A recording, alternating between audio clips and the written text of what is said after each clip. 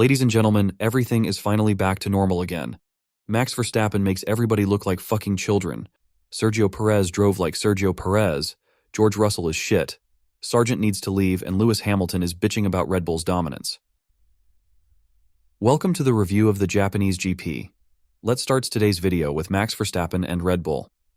Team LH promised us that the lack of speed in Singapore was all because of the new technical directive. Well, it turns out they are just a bunch of idiots. And apparently Max Verstappen took these rumors as a fucking challenge. He was P1 in all the practice sessions and smashed his car on pole with more than half a second gap. It looked like Red Bull was just playing around. After qualifying, Christian Horner revealed that GP, Max's race engineer, challenged him to go for a 1.28. And a few minutes later... There you go, 28. Duly taken. That was outstanding, Max. Absolutely outstanding. What the fuck? How is anybody ever going to challenge these people? At this point, it just looks like they are taking the piss. Lucky for us, Red Bull also has a second driver. Sergio Perez was almost 8/10 off Verstappen's pole lap and got no further than P5. How is that even possible? Either Max Verstappen is a human cyborg and came to Earth to ruin Formula 1, or Perez is retarded. Luckily, Horner always tells us that Perez is good in the races, so he will probably make up for his pace in qualifying by showing us some great overtakes, right? Yeah, well, that didn't work out. Sergio Perez lost 2 places at the start, got damage, had to do an early pit stop and came out in last place. Then he made a move that even Logan Sargent would laugh at and had to retire the car.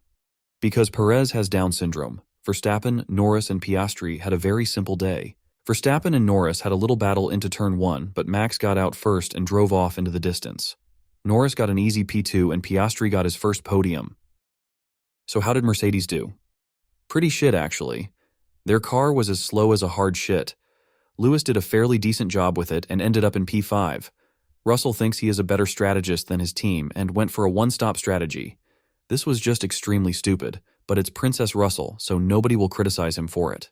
It's so crazy to me that people are blaming Mercedes for Russell's strategy, when we all heard the board radio, where Russell clearly told the team that he wanted this strategy. But that's enough of my frustrations towards George Russell.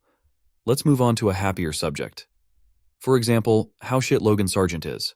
Even Latifi did a better job than this ass cactus. Williams needs a better driver who can be closer to Albon. They don't need some American cunt who thinks it's his job to become even more shit than Mazepin. As a matter of fact, Red Bull has a driver for sale. So, if Williams want a new talent in the car, Big Balls Lawson is perfect for them. By the way, last week, F1 Insider came with a very funny rumor about Toto and Mick Schumacher. They said that Toto tried to convince Williams to sign Mick Schumacher. He reportedly sent Williams' team boss Mick's simulator data. However, after studying the data, Williams refused to sign him. That is absolutely savage from Williams. Well, I think that is everything I have to say about Japan. So what have we learned today? Let's summarize. Max Verstappen is a human cyborg, Sergio Perez is a used condom, Russell is shit, and the Williams team boss is a fucking gangster. Like and subscribe to my channel. Goodbye.